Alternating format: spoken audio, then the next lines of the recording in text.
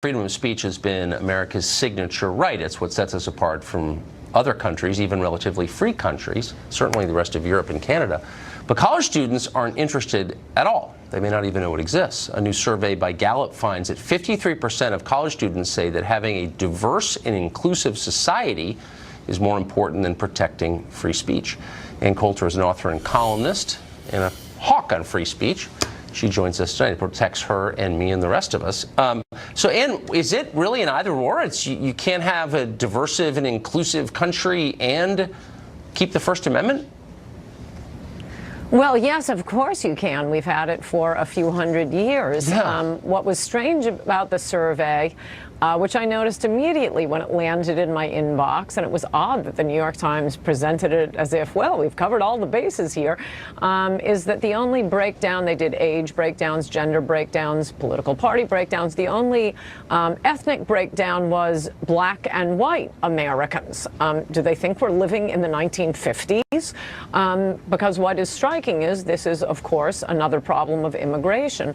Our two main immigrant groups, Hispanics and Asians, overwhelmingly, whether it's the Pew Research Center, Cato, all kinds of surveys done over the years show that white and black Americans overwhelmingly support both free speech and gun rights, and you have almost the reverse percentages with recent immigrants. I mean, this idea that people come to our country and suddenly think, oh, I understand. Yes, you have a right to speak, even if I disagree with you, and even if you're insulting the Prophet Muhammad.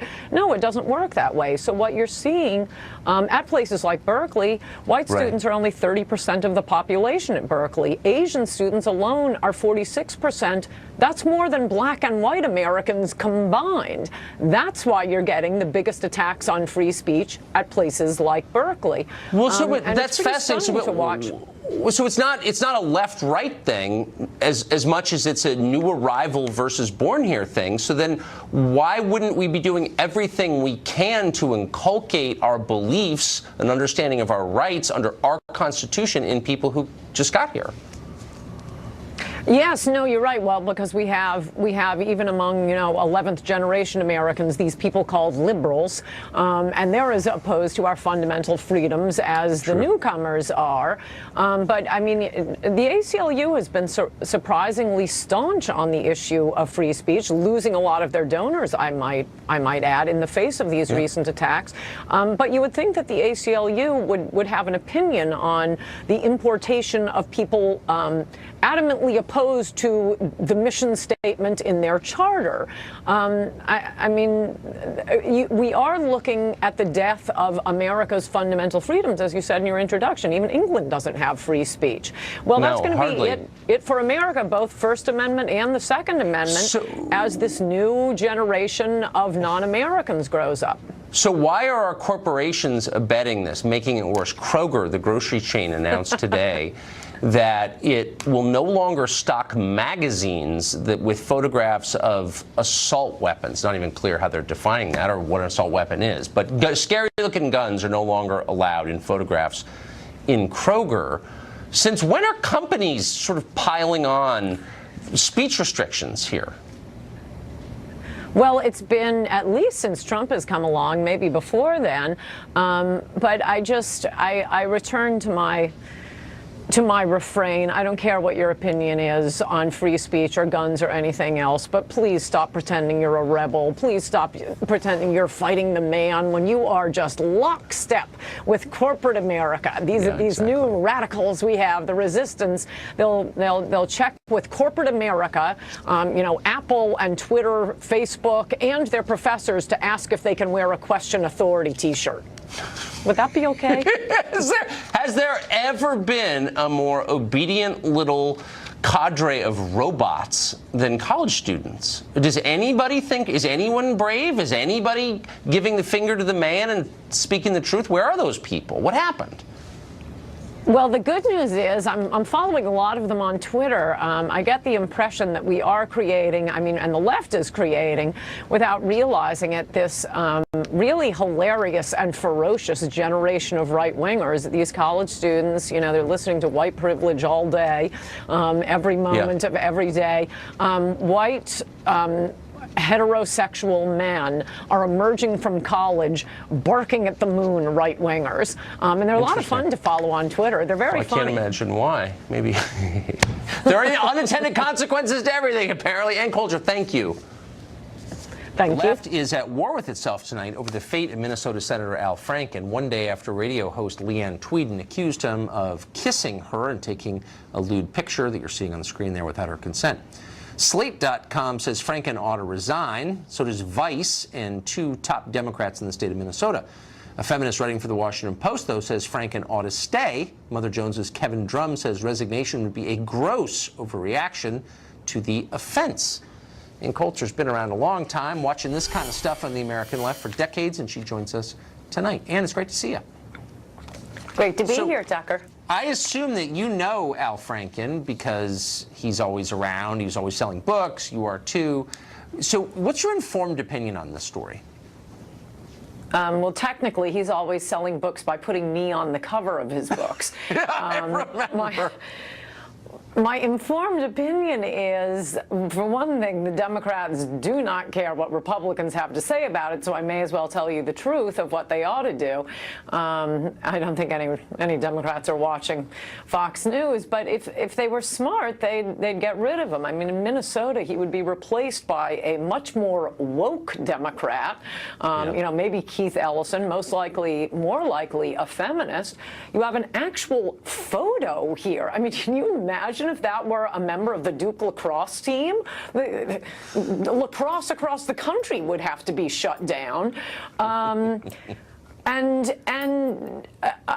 mean, with the Roy Moore thing going on, which, by the way, footnote on that, I mean, that's getting to be like a mystery novel, the way the facts go back and forth. You think, wow, that accuser looks pretty strong, and then, oh, except her stepson calls her a liar, and Judge Moore was the divorce judge, or the judge on her divorce case. It just keeps going back and forth, so there really is nothing resembling actual evidence in that case. In the case of Al Franken, they have an admission and, I think, a pretty ugly photo combined with the accuser's point. If you saw her interviews yesterday, and I think she was extremely compelling and lovely, and she's not asking for his resignation or anything else, but it was part of humiliating her generally because she didn't enjoy having his tongue stuck down her throat. And he has been very nasty to women and does have a history of that. Here's the thing, though, that strikes me about Al Franken is he's nasty to everybody. He's an awful person who berates those below him, takes credit for work he doesn't do, is a terrible boss, the staff hates him. He's just mercurial and mean, and I've seen it myself. And, like, that's not a big deal until some picture comes out, you know what I mean, with him doing something lewd, which I'm, of course, not defending. But why isn't there a penalty for being awful to your staff? Shouldn't that be a resignation-worthy offense? I'm so glad you mentioned that, Tucker, because I'm a lawyer who can actually explain sexual harassment to you. Curiously, why is sexual harassment or a hostile environment, why is that against federal law? What makes that a federal issue? Well, I never understood this, and I mean, it was like not understanding what it meant to be nearsighted until I knew that if you have perfect vision, you're both nearsighted and farsighted. Interestingly, if you harass both men and women, you have not committed a federal violation. The reason hostile environments are against federal law and part of the civil rights law and asking only your women employees to have sex or only your male employees to have sex is that it is discrimination on the basis of sex. Right. So, in fact, someone who merely discriminates on the basis of sex which I'm against, of course. Jerk to both. But my only point is not whether it ought to be against the law, but if there's a senator, and there are a bunch of them up there, throw things at their staff, and there's this conspiracy of silence around it where no one ever says it. Like, that's awful behavior. No. You should not misuse your power to bully people beneath you. He has for years, and no one said word one about it. I don't know why. No, that's true, though I do think there's a particular venom toward women in the case of Al Franken. Yeah, that may be and right. the idea that And then the idea that no one talks about who the mean senators are, I promise you, as a former Senate staffer, that's all we talk about. And I'll, Well, I wish they'd come on my show to name names.